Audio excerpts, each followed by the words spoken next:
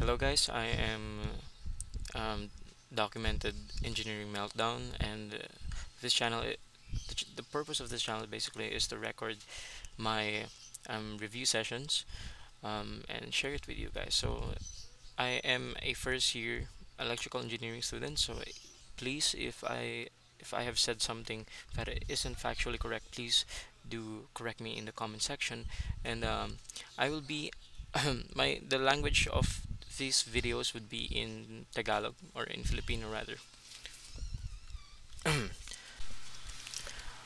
Today we will be learning how to name chemical compounds, specifically ionic compounds, ionic with polyatomic ions, ionic with transitional metals, and molecular compounds.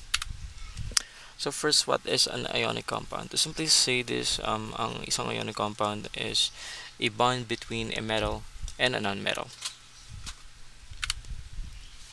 So ano nga ba ang isang ion? Ang isang ion ay basically a charge atom. So isa siyang atom na may charge. So paano nga ba nagiging charge ang isang atom? So for example, we have atom A. Si atom A, meron siyang electron sa kanyang valence ring. So valence ring is basically yung fourth ring ng atoms, no? So for example, si atom A meron siyang apat na atoms. So right now neutral yung charge ni atom A. So alam naman natin na ang isang electron is negatively charged. Okay? So ngayon, ang valence ring ni atom A, ang mga atoms ay ang mga electrons sa isang atom, hindi sila fix. Nawawala sila sa kanilang orbit. Pwede silang mag-fly off at dumikit sa ibang atom. So in this case, umalis ang isang electron ni atom A. So because of this, nabawasan ng negative charge si atom A. So pag nangyayari yun, pagka nabawasan ng electron ng isang atom, nagiging positively charged si atom A. Kasi mas mababa na yung negative charge niya. Okay? So pagka nangyari yon, pagka nag-lose ng electron ng isang atom, nagiging positive charge ion siya. So ano ang tawag sa positive charge ion? Siya ay tinatawag nating cation. So for example naman, paano naman nagiging negatively charged ang isang atom? So for example, atom B. Same case with atom A, meron siyang valence electron sa kanyang fourth ring o sa kanyang last ring. Ngayon, hindi rin fix yung mga electrons sa orbits ni atom B. Ngayon, kunwari itong electron ni atom A napunta kay atom B. Lumikit siya dito. So nag-gain siya ng electron. So, since negatively charged ang isang electron, mas dumami ngayon yung negative charge ni atom B. So, dahil dumami ngayon yung negative charge ni atom B, tinatawag na natin, ang magiging charge na ay negative. So, siya naman ang tinatawag nating anion. Kasi negatively charged ion siya. So, to summarize it, nagiging ion ng isang atom kapag nag-lose or nag-gain siya ng electrons. So next, what type of bond is present in ionic compound? Ang bond na present sa isang ionic compound is ang tinatawag nating ionic bonding. So ang isang ionic bond, siya is basically ang pagbibigay ng electrons, so giving off electrons. So bakit kailangan magbigay ng electron? So katulad ng same essence kanina sa ions, kunwari we have element A and element B. So sa element A, nagbigay siya ng electron kay element B. So ano mangyayari sa charge ng element A? Magiging positive kasi nag-lose siya ng electron. Ano naman mangyayari sa charge ni element B? Dahil nag-gain siya ng electron, magiging negatively charged siya. Alam naman natin na ang according sa electrostatic forces, idea or sa concept ng electrostatic forces, ang positive at negative nagiging magkadikit sila. Okay? So since si element A ay positively charged at si element B ay negatively charged, nagiging magkadikit sila or nagiging bonded sila. So that's basically ang ionic Yun ang ionic bonding, no? So, nagbibigay ka ng electrons, tapos nagbabago yung charge, at nagdidikit. So, yun ang type of bond na present sa isang ionic compound, ionic bonding. Why do ionic compounds bond? So, yun nga, nasagot na din natin to kanina dahil to sa tinatawag nating electrostatic forces, no? Sa pagbibigay ng electrons ng dalawang elements, nagbabago yung charges nila, nagiging opposite charges sila, at dahil sa electrostatic forces, nagbabond sila. So what type of elements are present in an ionic compound? So nasagot na din natin to kanina, ang type of element na present sa isang ionic compound is are metal and non-metal. So dito tayo sa naming ionic compounds. So the first step is write the name of the first element as is. Write the name of the next step is write the name of the adjacent element and add the suffix "ed." Okay? So for example, meron tayong etong element ito, BAS. So according sa first sa steps natin, tignan natin yung i-write natin yung name ng first element. So ang name ng first element natin, kung titignan natin sa periodic table, is barium, no? Tapos titignan natin, second step, write the name of the adjacent element and add the suffix "ed." So tingnan natin ngayon yung second element, tas pangalan ng second element natin is sulfur. Tapos lalagyan natin siya ng suffix na "ed." So magiging sulfide. So ganun magpangalan ng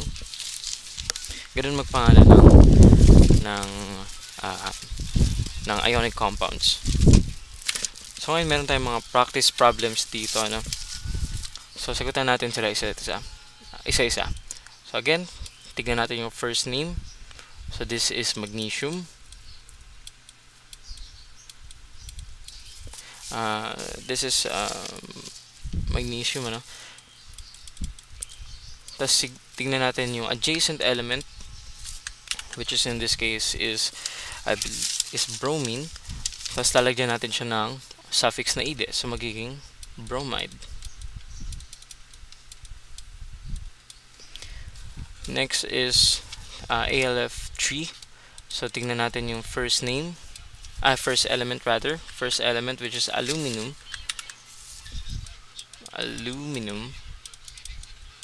Tapos tignan natin yung second element at lalagyan natin ng suffix na "ed", no? So this is fluorine, so lalagyan siya ng suffix na "ed", magiging fluoride. Next is itong CaO. Ito yung first element. Yan ay calcium, di ba? So ilalagay natin siya as is. Tapos itong O, which is oxygen, lalagyan naman siya ng suffix na "ed". So magiging calcium oxide. Next is this one. Sr is, I believe, is strontium. Tama, strontium. So as is lang yung first element. Tapos yung adjacent element, lalagyan natin yung suffix na "ed", which is this is nitrogen, so magiging nitride.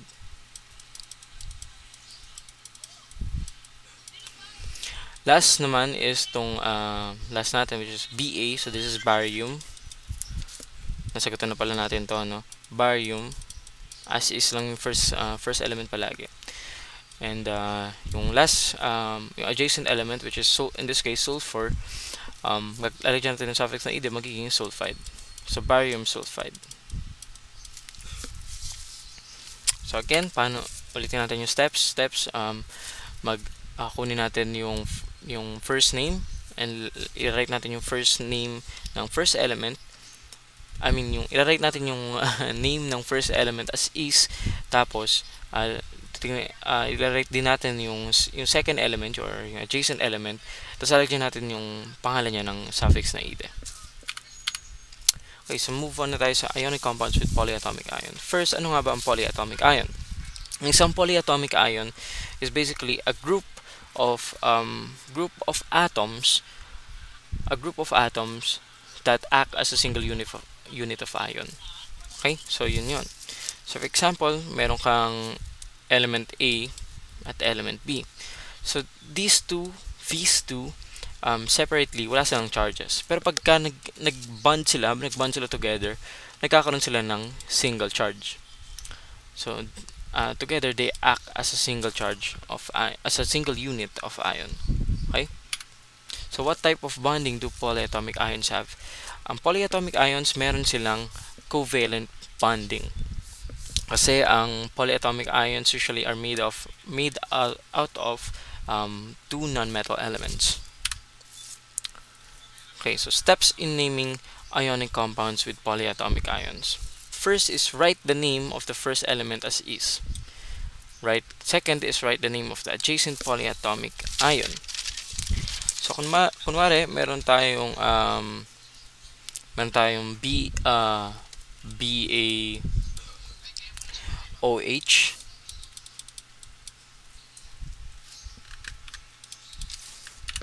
BaOH2. So according sa steps, write natin yung first element as is. So in this case, yung first element natin, barium. So next is tignan natin yung second element, which is in this case, yung adjacent polyatomic ion, which is in this case OH2. So paano nyo malalaman yung pangalan ng isang polyatomic ion? Titignan nyo lang yung periodic table nyo, nasa pinakailalim nakalagay doon lahat ng polyatomic ion. So OH2, kung hahanapin natin sa ating table of elements, siya ay hydroxide, no? Hydroxide yung pangalan nitong OH2. So yun yung lalagay natin, hydroxide. So ang full name nitong BaOH2 is barium hydroxide. So ito, practice problems tayo. So again, first letter as first element as E, so this would be lithium. Ito yung polyatomic ion, SO4, which is in this case SO4 is, kung titingnan natin sa kung titingnan natin sa table of elements, wait lang, hanap ko, that would be sulfate. So lithium sulfate. Okay, so next, tingnan natin yung first element as is yung pangalan palagi, Na, that would be ano ba yung Na, nakalimutan ko, sorry, sodium. Sodium. Tapos titignan natin yung pangalan ng polyatomic ion sa table of elements, and that would be sodium carbonate. So nakalagay na yan, hahanapin mo lang yung CO3 doon, tapos mayroon ng pangalan yun. So Ba, so again, Ba, first element as is lang palagi, barium. Tapos yung OH2, which is nasagutan na pala natin to kanina, barium hydroxide to. Kasi hydroxide yung pangalan ni OH2. Ito naman, in this case, meron kang nag-iisang element, tapos meron ka namang tatlong elements that act together as a single ion, or meron kang polyatomic ion na merong tatlong elements. So ito ay acetate, no? Itong C2H3O2 acetate yan. Tapos ito naman is potassium. So again, as is lang yung pangalan ng first element, potassium. Tapos at yung pangalan ng second element, nung polyatomic ion na makikita sa table of elements, so this would be acetate. So last is ito, pangalan ng first element again, which is in this case zinc, as is lang. Oh shit, so I deleted everything. Anyway, zinc, Tapos hanapin natin to sa loob ng ating periodic table, which is perchlorate ang pangalan ng polyatomic ion na to. So perchlorate. So zinc perchlorate yung full name nitong compound na to. So again, paano mag-name ng ionic compounds with polyatomic ions? Write the name of the first element as is. Write the name of the adjacent polyatomic ion. Next is transitional metals. So why do we need Roman numerals in naming ionic compounds with transitional metals? Kasi simple ano dito sa transitional metals, kasi meron siyang Roman numerals, no? I mean, kaya kailangan ng Roman numerals sa loob ng transition in naming ionic compounds with transitional metals, dahil ang mga transitional metals meron hindi specific yung kanilang charges, so they can produce 2 or more charges pagdating sa oxidation, no? So meron pwede silang mag-produce ng positive 1, pwede silang mag-produce ng negative 2, mga ganun. So 2 or more charges yung kaya nilang produce. Where can we find the transitional metals in the periodic table? So makikita ang transitional metals sa gitna ng periodic table. Usually meron naman yung legend sa periodic table nyo, hanapin nyo na lang. Pero this tatanggalin natin yung zinc, yung silver, and yung cadmium. Cadmium. Kasi itong tatlong to, they can produce only a single charge.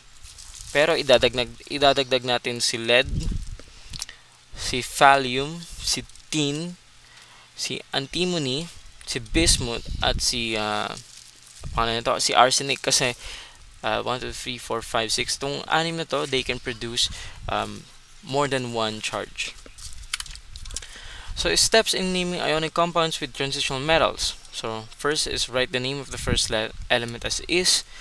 Write the name of the transitional metal in the compound and identify its charge. Identify the charge of the transitional metal needed to neutralize the charge of the compound. Write the charge of the transitional metal as a Roman numeral. Okay. So let's have an example. Kunwari, itong Cr2s3. So according sa first step natin, write the name of the first element as is. So lalagay natin yung first element natin, which is in this case that would be chromium. Chromium. No. So ngayon titignan natin, since ang chromium ay transitional metal, kailangan natin i-identify kung anong type of chromium siya, no? So next step is titignan natin yung non-transitional metal in the compound and identify its charge. So ito sulfur yung adjacent or yung non-transitional metal element dito. So titignan natin yung charge niya. So paano natin malalaman yung charge? So nakalagay naman yan sa groupings. So itong group na to, negative 1 yung charge niya. Itong group na to, negative 2 yung charge niya. Itong group na to, negative 3. Itong group na to, positive 3. Tapos itong group na to is positive 2. At itong group na to is positive 1. So lahat ng elements pababa, they can produce positive 1. Dito lahat ng elements pababa, they can produce positive 2 as is, and as so forth and so on. Okay? So in this case, hanapin natin si sulfur. So sulfur, ito si sulfur, so we know na negative 2 yung kaya niyang i-produce per atom.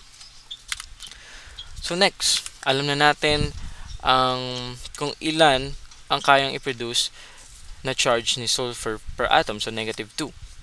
So next step, identify the charge of the transitional metal needed to neutralize the charge of the compound. So kailangan maging 0 yung total charge nitong buong compound na to. So una, hanapin natin yung total charge ni sulfur dito. So since merong tatlong atoms ni sulfur at negative 2 per atom ang charge ni sulfur, so we have what? We have negative 6 ang total charge ni sulfur. Ngayon, para mag-cancel out, para maging 0, para maging balance yung charge ng buong compound, kailangan natin na mag-produce si chromium, yung total charge ni chromium dapat maging positive 6. Since meron tayong dalawang atom ni chromium dito, kailangan per atom, ang pinoproduce ni chromium is positive 3. Right? So kasi may dalawang atom si chromium, kailangan positive 3 yung ano niya, yung charge niya para maging positive 6 at para ma-cancel out tong negative 6. Right? So again, positive. So ngayon, alam na natin yung charge, yung total charge na kailangan ni chromium para ma-neutralize yung charge ng compound. Ilalagay natin yung charge of the transitional metal, yung charge ni chromium in this case, as a Roman numeral. So si chromium ay may charge na 3. So magiging chromium 3. Tapos yung pangalan yung pangalan ng non-transitional metal na may suffix na ide, so magiging chromium 3 sulfide. So yun yung magiging full name ni Cr2s3. So practice problems. Sino tayo sa practice problems? Again, kunin natin yung transitional metal, in this case Fe. So iron. So lagay mo lang pangalan niya as is. Titingin tayo sa adjacent na non-transitional metal, in this case chlorine. Tapos hahanapin natin siya sa table of elements kung ano ang kaya niyang i-produce. So per atom, ang pinoproduce na charge ni chlorine is negative 1. So since dalawa ang atom ni chlorine dito, so negative 2 yung total charge ni chlorine sa loob ng compound na ito. So ilan ang charge na dapat i-produce ni iron para ma-neutralize yung charge ni chlorine? So dapat positive 2, di ba? So since isa lang naman ang atom ni iron dito, so we have a total of positive 2 charge ni positive 2 positive 2 na charge ni iron. So ang susulat natin ay iron 2 tas chlorine, lalagyan natin ng suffix na id, so chloride. Okay, next, ganun pa rin FeCl, pero in this case tatlong atom naman ni chlorine. So alam na natin na per atom ang kayang i-produce ni chlorine is negative 1. So since may tatlo tayong atom times 3, negative 3 ang total na charge ni chlorine dito sa compound. So ilan ngayon ang kailangang i-produce ni iron para ma-cancel out tong negative 3? Kailangan mag-produce ni iron ng positive 3. So since isa lang yung atom ni iron dito, in total ang pinoproduce na charge ni iron dito is positive 3. So lalagay natin iron positive 3, iron free, chloride. Next, PbSO4. Tignan natin yung transitional metal, which is in this case is lead. So na-delete ko lahat, pasensya. Lead yung transitional metal dito. So lagay natin lead. Okay?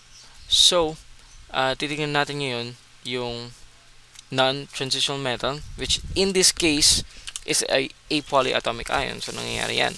So ngayon pupunta ka ulit ng table. Pagka polyatomic ion yung katabi ng isang transitional metal, pupunta ka ngayon sa table of elements, hanapin mo yung polyatomic ion. So dito in this case sulfate yung ating polyatomic ion. So makikita mo sa table of elements, kunwari ganyan, sulfate SO4. So merong number na nakalagay dito sa taas. So in this case ang number is negative 2. So ibig sabihin nun, negative 2 yung charge ng isang atom ng sulfate. So since negative 2 ang charge ng isang sulfate at isang atom lang naman, quote unquote, atom lang naman ang merong isang atom lang naman ng polyatomic ion ang nag-exist dito. So negative 2 yung total charge niya sa compound. So since negative 2 yung charge polyatomic ion natin, ilang charge dapat ang kailangan i-produce ni lead para magkaroon siya, para ma-neutralize niya yung negative 2. So, kailangan mag-produce ni lead ng positive 2. No? So, lalagay natin dito, since alam na natin, lalagay natin yung Roman numeral kung ilan yung charge. So, lead 2, sulfate. So, next is lead pa rin, pero iba naman yung polyatomic ion. Okay? Iba yung polyatomic ion. So, lagay natin lead. Lagay natin lead. Tapos, yung CO3, which is carbonate. Tama ba? Carbonate. CO3. Hanapin ko lang. Oo nga, carbonate.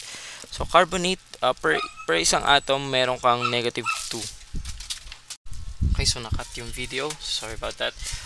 So, again, CO3, that would be carbonate. So, hanapin natin kung ilan yung charge niya sa loob ng periodic table. So, meron siyang negative 2 charge per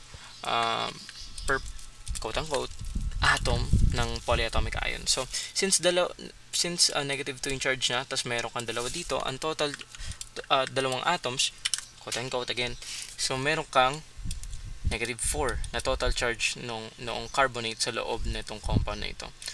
So, again, ilan ang charge na dapat i-produce ni lead para ma-cancel out niya tong negative 4 charge? So, dapat meron siyang positive 4. So, lalagay mo dito, lead 4 carbonate.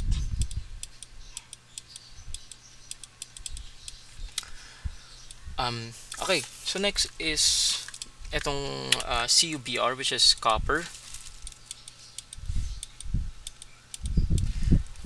So, so ngayon hanapin naman natin yung charge ni bromine. So, tingnan natin sa periodic tables. Nasaan si bromine? Ito si bromine.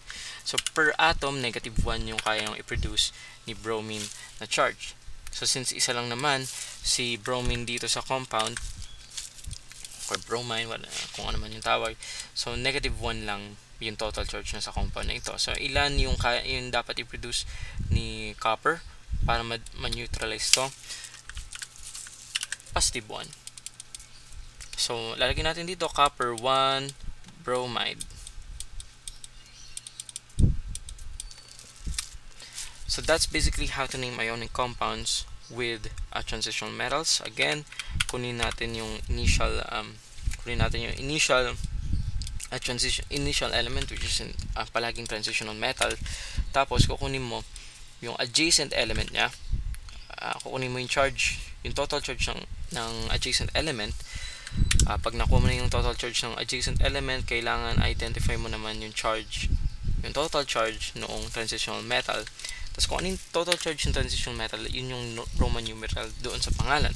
Tapos isusulat mo yung adjacent element with the suffix "ed", except kung polyatomic ion siya. So pagka polyatomic ion, ilalagay mo lang yung pangalan ng polyatomic ion. So next is, what is a molecular compound? A molecular compound basically is a bond between two non-metal elements. So what type of elements are found in molecular compounds? So again, nasabi niya kanina, dalawang non-metal. So non-metal plus non-metals, yun ay magre-result sa isang molecular compound. So, what type of bonding occurs in them and why does it happen? So, ang type of bonding na meron ang isang molecular compound is ang tinatawag natin covalent bonding. Nasabi ko kanina to, covalent bonding. So, as it differs, ang isang covalent bonding ay ang pag-share ng electron. So, two elements sharing electrons, nagbabond sila. So, bakit ba nag-share ng electron ang isang element? Kasi, merong phenomenon sa universe natin na everything wants to reach a lower state of energy. For example, meron kang bola dito sa taas ng hill. Pagka itong bola na to, pagka binitaw mo yan, babaksak yan until it reaches a full stop, no? Kasi dito mataas yung energy ng bola, pero pagdating dito wala na siyang energy, or maybe mababa na yung energy niya. So again, phenomenon sa universe natin na everything in the universe wants to reach a lower state of energy. Kaya nga 'di ba yung Big Bang, sobrang laki nung energy noon ng Big Bang, maliit pa lang siya, pero ngayong malaki na yung universe natin, or like malawak na yung nasakop ng Big Bang, mas mababa na yung energy ng universe ngayon. Okay? So, ganun din yung case sa mga atoms. For example, meron kang atom A, meron ka ring atom B. Si atom A, sabihin natin si atom A, kailangan niya ng 5 electrons sa kanyang valence ring. So sabihin natin meron siyang 2 electrons sa valence ring niya. So to reach a lower state of energy, parang isang atom maging bumaba yung energy niya, kailangan niya ngayon ma-fill yung kanyang outer ring or yung kanyang valence ring. So for example, sabihin natin atom A and atom B both needs 5 electrons para mapuno yung kanilang valence ring, or para mag-reach sila ng lower state of energy. So sabihin natin si atom B meron siyang 3 electron. So since kailangan ng ni atom A at ni atom B ng 5 electrons to fully para puno yung kanilang valence ring at para mag-reach sila ng lower state of energy, nag-bond sila, nag-share sila ng electron. So drawing natin yun, atom A, atom B. Ngayon, since technically iisa na lang yung ring nila, meron na sila ngayong 5 electrons. So technically, meron na ngayon silang punong valence ring. So that is covalent bonding. Nagbibigay ka ng electron para mapuno yung sarili mong valence ring, at yung kabilang kabilang atom para mapuno rin yung valence ring ng kabilang atom.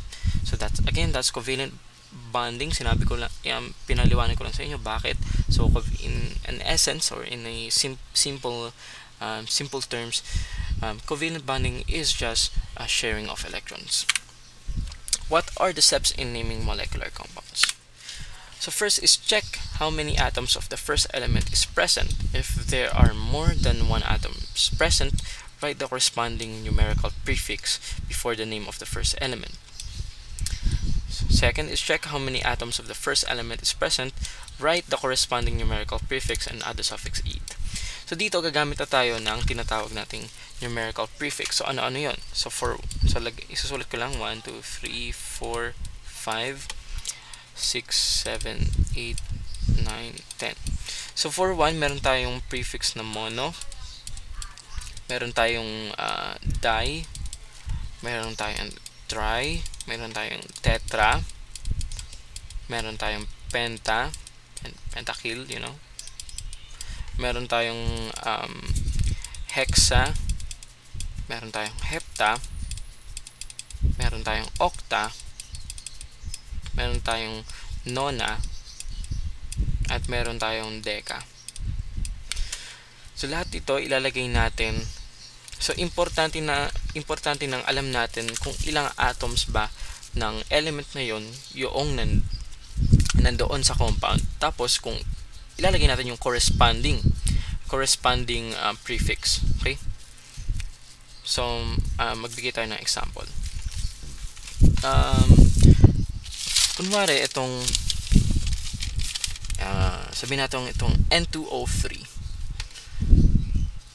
N2O3. So itong compound na ito, meron kang nitrogen. So kung mapapansin mo is merong dalawang nabura ko na naman. So sorry. So meron kang N2, wait lang, sulit ko rin. Meron kang itong first element, meron kang dalawang atoms noon. So anong ilalagay mo? Suffix na di. Since nitrogen to, lalagay mo yung pangalan niya as is. So dinitrogen,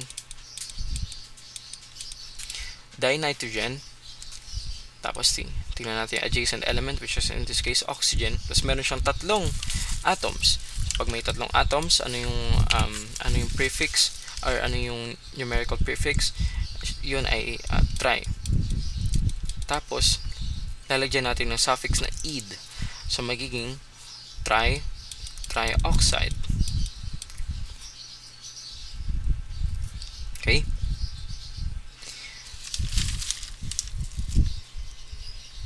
So basically ganun lang.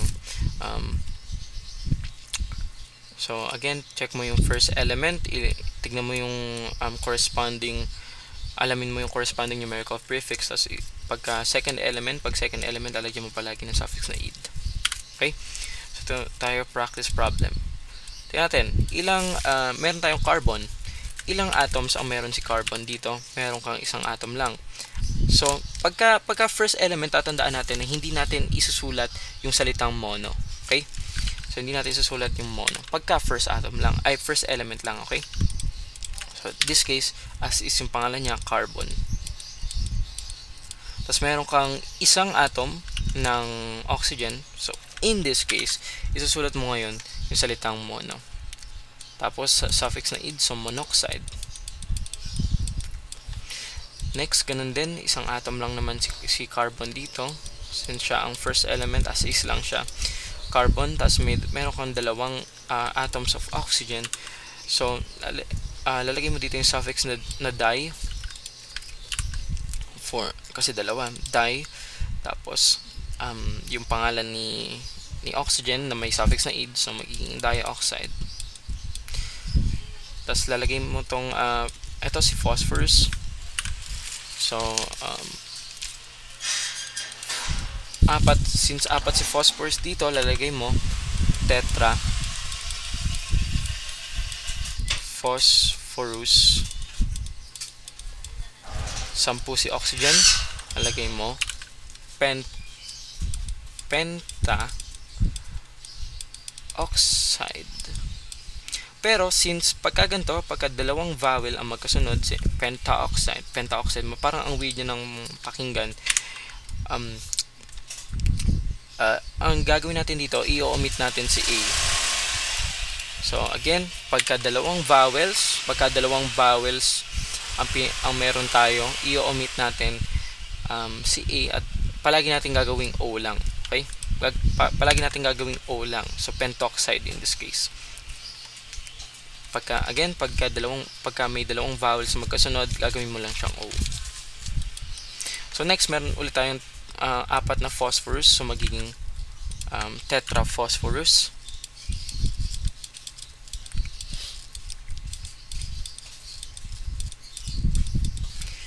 Tapos meron kang sulfur here, pero meron kang 10 sulfur. So magiging pentasulfide. And lastly, meron kang dalawang nitrogen dito, so magiging dinitrogen. Meron kang 5 atoms ni oxygen, so ang lalagay mo dyan is pentaoxide. Pero since AO or pentaoxide, parang ang weird na pakinggan, i-omit natin si AO, gagawin lang natin siyang O, pentoxide. So dinitrogen pentoxide. So again, paano natin mag-name ng molecular compounds? Tignan mo yung first element. Kung wala siyang suffix, or kung isang atom lang ang meron si carbon, meron ang first element, sulat mo lang siya as is. Or kapag meron siyang suffix, or yung 2, 3, 4, lalagay mo yung corresponding numerical prefix. Ganun din naman dito sa second element, except kahit isa lang yung atom niya, isusulat mo pa rin yung prefix na mono. Okay? So for example, katulad dito, isa lang yung atom niya, pero sinulat pa rin natin yung prefix na mono. Tapos lalagyan mo siya ng suffix na "ed". So I hope you learned something, kasi I certainly did, no? So pasensya na kung medyo mahirap pang intindihan, kasi so this is, like I said, review session ko to, personal review session, and I'm just sharing it sa mga kapwa ko estudyante. So to help them, to help them or makisabay na mag-review with me. So again, I'm not the best at teaching kasi again, first year student pa lang ako. And yeah. So hopefully we see each other. Good luck.